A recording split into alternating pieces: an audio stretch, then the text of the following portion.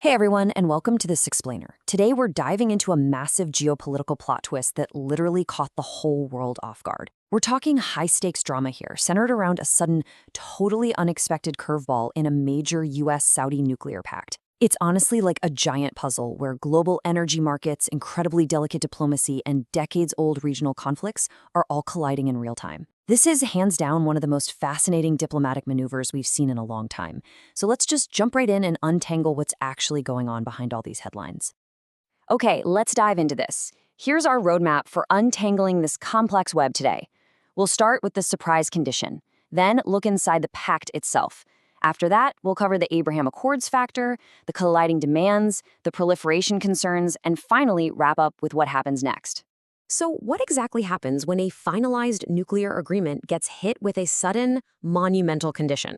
Well, to set the stage, think about how diplomacy usually works, right? Normally, bilateral agreements of this size take literally years of vetting, endless committee meetings, and super meticulous legal drafting before the ink even dries.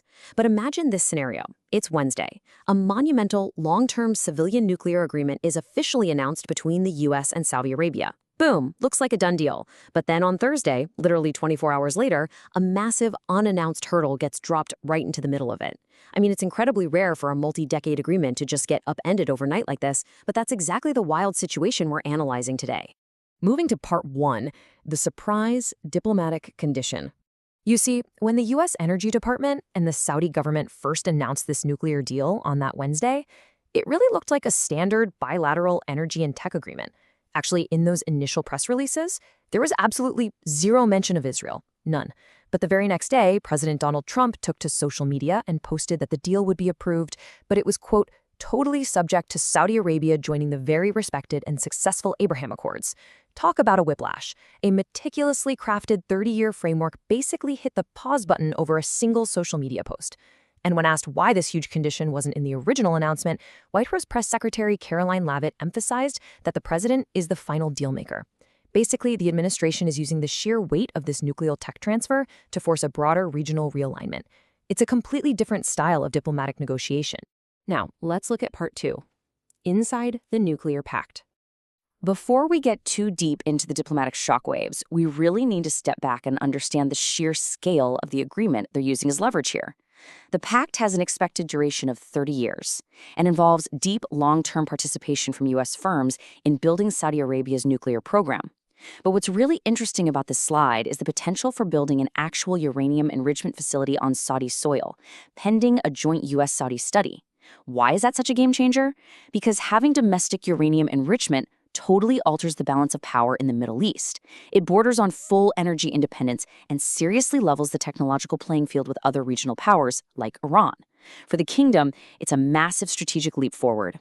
And from the Saudi perspective, this really isn't just about prestige. It's an economic must-have, tied directly to Crown Prince Mohammed bin Salman's Vision 2030. The Saudi Energy Ministry stated that the agreement bolsters mutual cooperation, specifically efforts to diversify energy sources and advance cutting-edge technologies. Think about it. Every single barrel of oil they have to burn for domestic electricity is a barrel they can't sell in the global market. Plus, to power the massive AI data centers and megacities of their planned post-oil economy, they are going to need a ton of reliable, clean energy. The Saudis view this nuclear pact as the essential engine for their economic future. Which brings us to part three, the Abraham Accords factor. Let's clearly define the exact diplomatic framework being used as leverage. The Abraham Accords were pacts approved back in 2020 that expanded the number of Arab and Muslim-majority nations with diplomatic and commercial ties to Israel. Now, that was a historic breakthrough on its own. But getting Saudi Arabia to join, that is a whole different magnitude of diplomatic achievement. Saudi Arabia isn't just any nation. It's the economic heavyweight and essentially the ideological crown jewel of the Arab and Muslim world. If they normalize relations with Israel, it basically gives tacit permission for much of the remaining Arab world to do exactly the same thing, completely rewriting the security architecture of the Middle East. That's why the U.S. administration sees bringing Saudi Arabia into the fold as absolutely critical for long-term regional stability. Moving into part four, colliding geopolitical demands. So the crucial point is, this condition creates an almost intractable geopolitical knot between these nations. Let's walk through this direct juxtaposition, because tying the nuclear pact to the Accords creates immense domestic pressures on both sides. On the left, Saudi Arabia has made it unequivocally clear that normalizing relations with Israel requires a clear, irreversible path to Palestinian statehood. For the Saudi crown prince, abandoning the Palestinian cause would severely damage his legitimacy across the Arab world. But then, over on the right, Israel's Prime Minister Benjamin Netanyahu outright rejects the idea of a Palestinian state, citing deep national security concerns. To complicate things even further, Netanyahu's current governing coalition includes right-wing factions that would likely collapse his government immediately if he agreed to a Palestinian state. So we've got two unyielding, fundamentally conflicting bottom lines sitting smack in the middle of this massive roadblock. And you can see this complicated reality playing out in the official reactions. Following the sudden condition, Prime Minister Netanyahu's office quickly put out a statement applauding the prospect of Saudi Arabia joining the Accords, calling it a historic leap forward. But notice what's missing? His office made absolutely zero mention of the actual 30-year deal to bolster Saudi Arabia's nuclear program. This stark omission is a highly calculated domestic move. Acknowledging that an Arab neighbor might gain uranium enrichment capabilities would spark massive outrage among his security-focused political base. It perfectly highlights how players are intensely focusing only on the pieces of the deal that benefit them, while completely ignoring the steep price tag attached. Let's shift our focus outward to Part 5, Nuclear Proliferation Concerns. While the diplomats are busy focusing on normalization, global non-proliferation experts are watching these developments with deep concern. Sources familiar with the agreement say the deal actually doesn't include the International Atomic Energy Agency's additional protocol. Now, this protocol is basically the global gold standard for nuclear safety. It gives inspectors expanded rights to access information in locations, allowing for short-notice inspections and advanced environmental sampling.